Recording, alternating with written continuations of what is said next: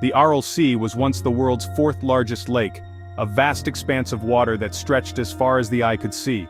This massive body of water was located in Central Asia, straddling the border between Kazakhstan and Uzbekistan, serving as a natural boundary and a crucial resource for both nations. For centuries, the Aral Sea was a vibrant ecosystem, teeming with life both above and below its surface.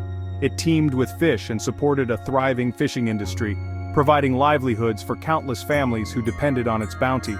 Its shores were dotted with bustling port cities, where trade and commerce flourished, and communities thrived. The sea played a vital role in the lives of the people who lived around it, shaping their culture, traditions, and daily activities. They relied on it for their livelihoods and their way of life, from fishing to farming, and even transportation.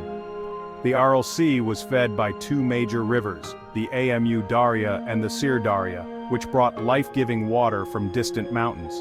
These rivers flowed down from the mountains, bringing snowmelt and rainwater to replenish the lake, maintaining its levels and supporting its ecosystem. The delicate balance of inflow and evaporation kept the Aral Sea relatively stable for centuries, allowing it to sustain its rich biodiversity. But this natural equilibrium was about to be disrupted, leading to one of the most devastating environmental disasters in human history, as the lake began to shrink and dry up. The Aral Sea was more than just a lake. It was a vital part of the region's ecosystem, supporting a diverse array of life forms and human communities. It was a source of life for the people who lived around it, providing water, food, and a means of livelihood, deeply intertwined with their existence. Its demise is a stark reminder of the devastating consequences of human actions on the environment, highlighting the need for sustainable practices and the protection of our natural resources. The story of the Aral Sea's demise begins in the 1960s, a time of grand ambitions and sweeping changes. The Soviet Union, eager to boost its cotton production and assert its agricultural prowess, embarked on an ambitious irrigation project in Central Asia. The plan was simple but fundamentally flawed: divert water from the Amu Darya and Darya rivers to irrigate vast cotton fields in the arid deserts of Kazakhstan and Uzbekistan. This would transform the barren landscape into a cotton-producing powerhouse. Thousands of kilometers of canals were dug, some so large they could be seen from space. These canals snaked through the desert, carrying precious water to the thirsty cotton fields. Water that once flowed freely into the Aral Sea was now being siphoned off to grow what was often referred to as white gold. The lifeblood of the region was redirected to serve the needs of agriculture. Initially, the project seemed like a resounding success. Cotton production soared, transforming the region into one of the world's leading cotton exporters. The fields were lush, and the economy seemed to thrive. But this agricultural success came at a terrible cost. The Aral Sea, starved of its freshwater inflow, began to shrink. The once vast lake started to recede. At first, the decline was gradual, almost imperceptible. The local communities barely noticed the changes. But as the years went by, the water level dropped at an alarming rate. The shoreline receded, and the lake's surface area diminished drastically. The once mighty lake was slowly being drained dry, leaving behind a desolate landscape of dry lake beds and abandoned ships. The Aral Sea, once a thriving ecosystem, was now a shadow of its former self. The cotton fields, while economically profitable, were incredibly thirsty. They demanded far more water than the rivers could sustainably provide.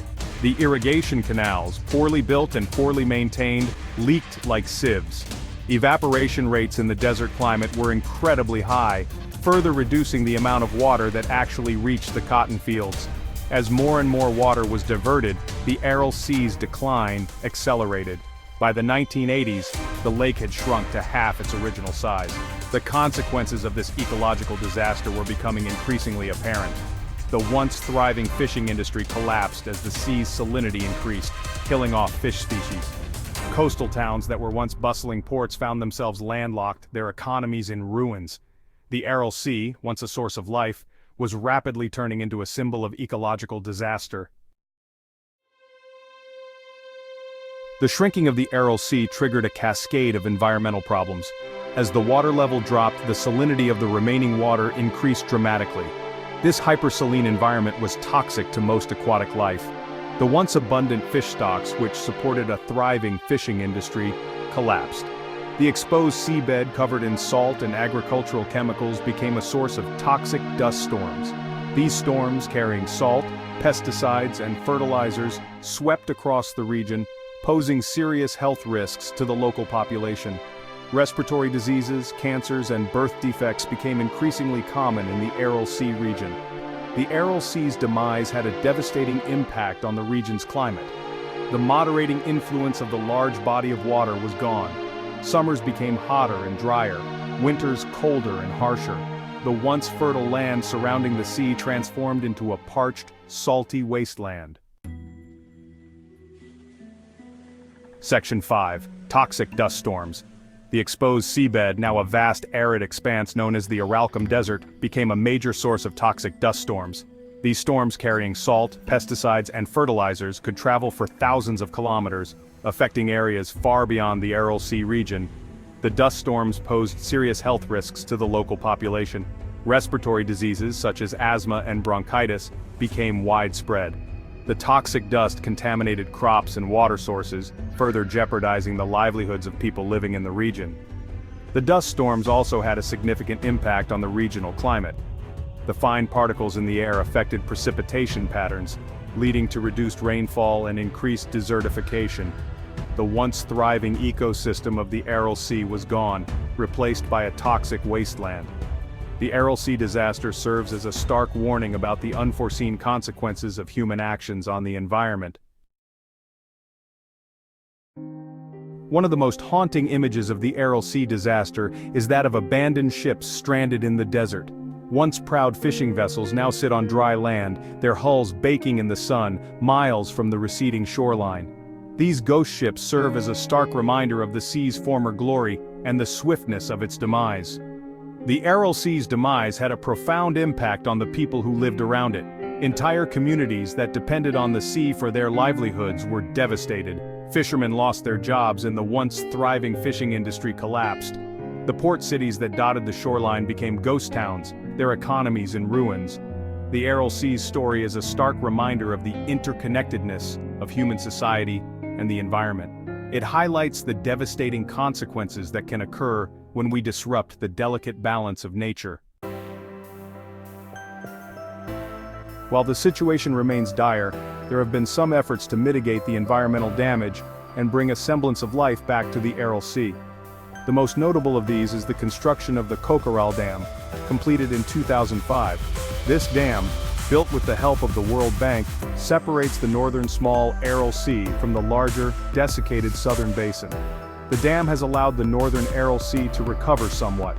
Water levels have risen, salinity has decreased, and fish populations have rebounded, breathing life back into the fishing industry in Kazakhstan. However, the southern Aral Sea remains largely dry, a vast salty desert, while the recovery of the northern Aral Sea offers a glimmer of hope. The overall situation remains a stark reminder of the devastating consequences of human actions on the environment. The Aral Sea disaster stands as a stark warning to the world. It is a testament to the devastating consequences that can occur when we prioritize short-term economic gain over long-term environmental sustainability. The story of the Aral Sea teaches us that we cannot ignore the delicate balance of nature. The pursuit of unsustainable agricultural practices, driven by the insatiable demand for cotton, led to the demise of one of the world's largest lakes. The Aral Sea disaster highlights the importance of water management and the need for international cooperation in managing shared water resources. The Aral Sea's story is a powerful reminder that we are all connected to the environment. What we do to our planet, we ultimately do to ourselves.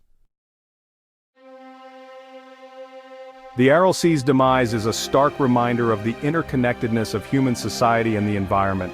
Once the fourth largest lake in the world, it has now been reduced to a fraction of its original size, a ghostly shadow of its former self.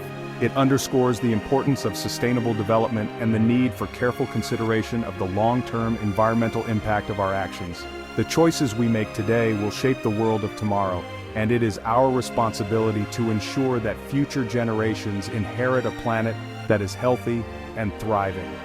As we face the challenges of climate change and increasing pressure on our planet's resources, the lessons learned from the Aral Sea are more relevant than ever.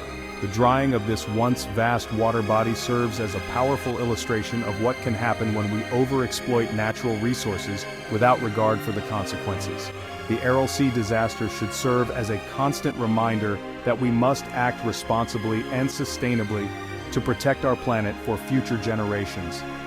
Every small action counts, from reducing our carbon footprint to supporting conservation efforts and advocating for policies that prioritize environmental health. The fate of the Aral Sea is a stark warning, a cautionary tale of the irreversible damage that can occur when we fail to heed the warning signs of environmental degradation. It is a testament to the fragility of our ecosystems and the urgent need for collective action. We must learn from this tragedy and strive to create a more sustainable future, one where the needs of both people and the planet are met in harmony. By embracing renewable energy, sustainable agriculture, and conservation efforts, we can pave the way for a brighter, more resilient world.